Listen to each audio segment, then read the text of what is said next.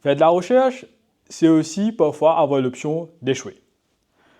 Je vais vous raconter comment, moi, j'ai fait face à l'échec. Durant mes années au collège, j'ai fait de la recherche sur un groupe thématique sur la lecture. Le thème était « Est-ce que la lecture favorise l'intelligence ?» Donc, pour démarrer, j'ai fait un survey de 20 amis qui étaient dans le groupe littéraire. Mon échantillon était basé sur est-ce qu'ils aimaient lire et partager mes idées. Et là, la recherche a échoué parce que tout le monde a répondu oui. Donc la question précise que j'aurais dû faire, c'était est-ce que la lecture des romans augmente-t-elle le score à l'intelligence chez ceux en 18 et 30 ans?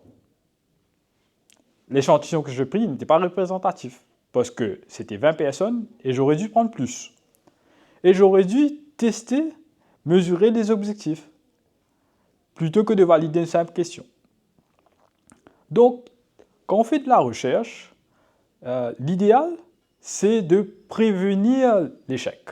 Donc, si on fait une recherche qui n'a pas une bonne méthodologie, qui n'est pas bien structurée, le risque, c'est qu'on tombe dans le piège de la facilité et au final, on échoue.